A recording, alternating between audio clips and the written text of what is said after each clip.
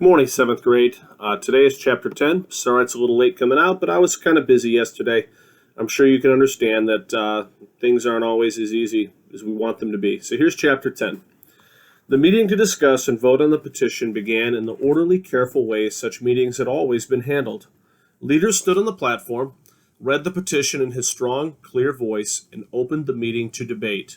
One by one, the people of village stood and gave their opinions. The new ones had come. Matty could see the woman he had met on the path, standing beside a tall, light-haired boy who must be Vladik.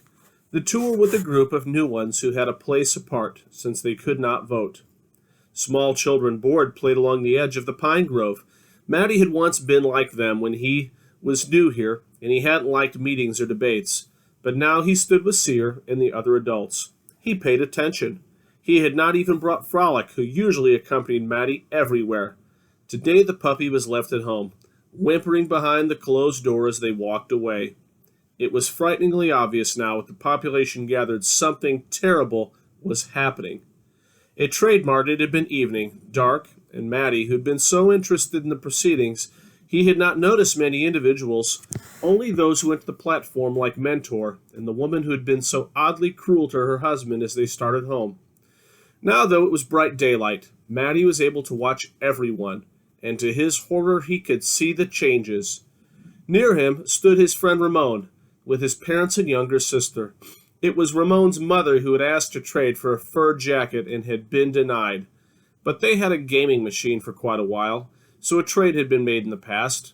Matty looked carefully at his friend's family. He had not seen Ramon since the day recently, when he suggested a fishing expedition, and had been told Ramon was not well. Ramon glanced at Matty and smiled, but Matty held his breath for a moment, dismayed to see that indeed his friend was ill. Ramon's face was no longer tanned and rosy-cheeked, but instead seemed thin and gray. Beside him, his little sister seemed sick too. Her eyes were sunken, and Matty could hear her cough. Once he knew her mother would have leaned down to tend the little girl at the sound of such a cough. Now, while Matty watched, the woman simply shook the child roughly by his shoulder and said, "Shh!" One by one the people spoke, and one by one Matty identified those who had traded. Some of those who'd been among the most industrious, the kindest, the most stalwart citizens of the village now went to the platform and shouted out their wish that the border be closed so that we, Matty shuddered at the use of we, would not have to share the resources anymore. We need all the fish for ourselves. Our school isn't big enough to teach their children too, only our own. They can't even speak right. We can't understand them. They have too many needs. We don't want to take care of them. And finally, we have done it long enough. Now and then a lone citizen untouched by trade would go to the platform and try to speak.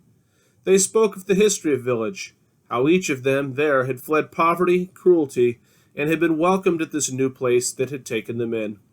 The blind man spoke eloquently of the day he had been brought here half dead, and had been tended for months by the people of the village until, though he was still without sight, it had become his true home.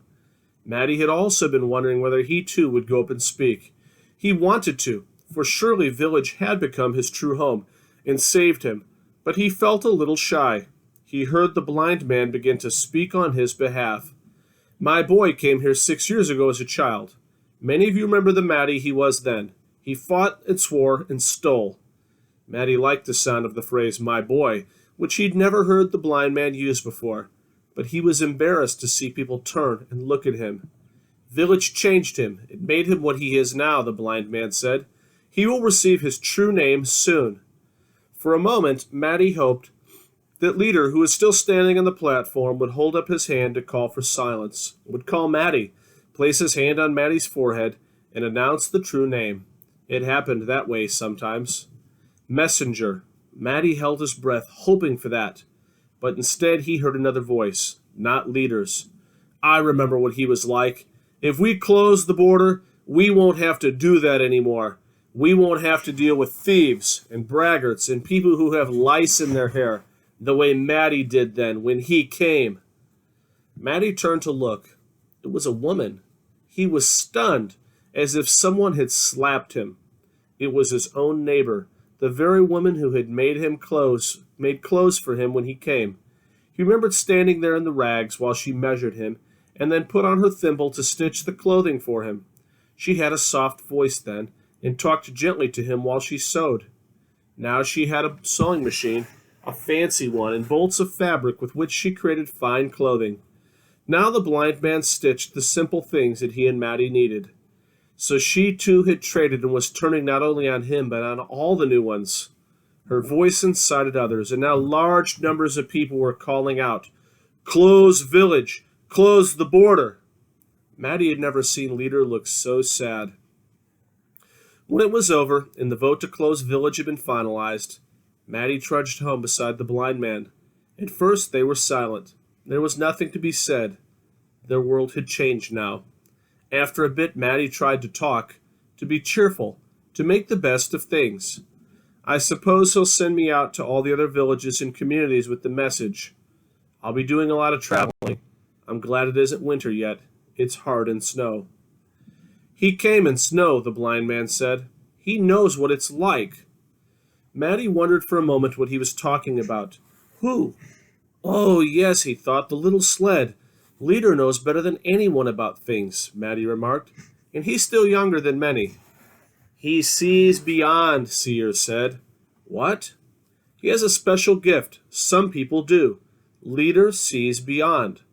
Mattie was startled.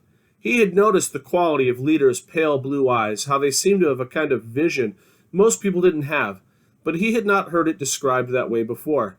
It made him think of what he had only recently come to know about himself. So some people, like Leader, have a special gift? "It's true," Seer replied. "Is it always the same? Is it always, what did you say, seeing beyond?"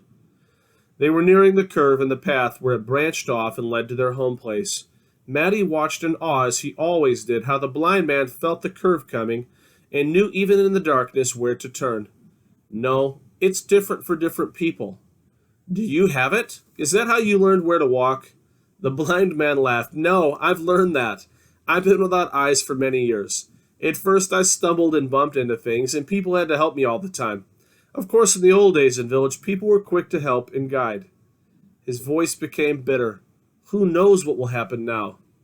They had arrived at the house and could hear Frolic scratching at the door and woofing in excitement at the sound of their approach. Mattie didn't want the conversation to end here. He wanted to tell the blind man about himself, about his secret. "So you don't have a special gift like Leader, but other people do." "My daughter does. She told me of it that night, the night that you took me to her." "Kira? She has a special gift." "Yes, your old friend Kira, the one who taught you manners." Mattie ignored that. "She must be grown up now. I saw her last time I was there, but it's been about 2 years. Seer, what do you mean?" The blind man stopped unexpectedly on the steps leading the door. "Mattie," he said with sudden urgency. "What?" "I've just realized. The border will be closing in 3 weeks." "Yes." Seer sat down on the steps. He put his head in his hands. Sometimes he did that when he was thinking. Mattie sat beside him and waited. He could hear Frolic inside, throwing himself against the door in frustration. Finally the blind man spoke. "I want you to go to your old village, Mattie. Leader will be sending you away with the message. He'll no doubt send you to several places, but Mattie, I want you to go to your old village first. Leader will understand." "But I don't." "My daughter. She said someday she would come here to live when the time was right. You know her, Mattie. You know she had things to accomplish there first." "Yes, and she has, Seer. I could tell when I was last there. Things have changed. People take good care of their children now, and—" He hesitated, unable to speak for a moment because the memory of his own abuse had returned. And then he added simply, "Kira made things change. Things are better now."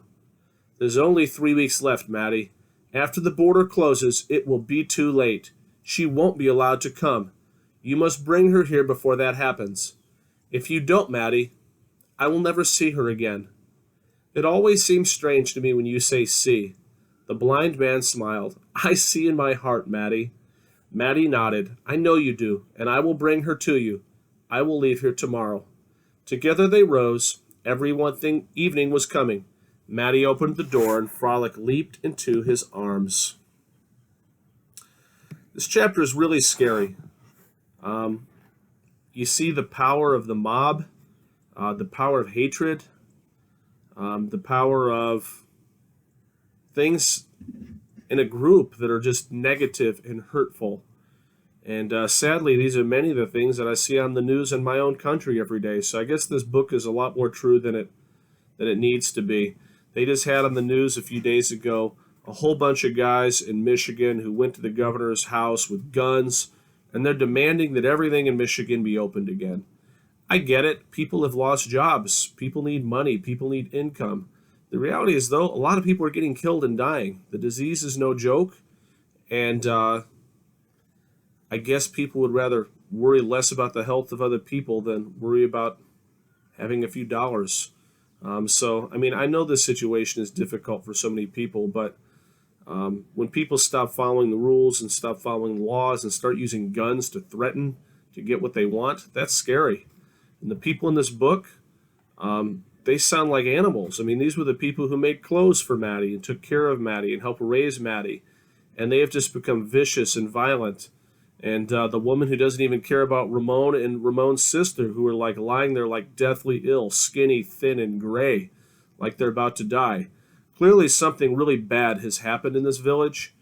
And I kind of wonder, maybe Seer and Maddie would be smart to leave the village and not come back. Bringing Kira here may not be a good idea because this place has just gone really, really bad, really, really quick. Anyways, we'll see you guys tomorrow. Tomorrow's Thursday, so good luck today. Do your schoolwork. It's not going to be very sunny. It's not a very nice day. Tomorrow, I think, should be really nice. So work hard today, catch up today, enjoy tomorrow. Be safe. Bye-bye.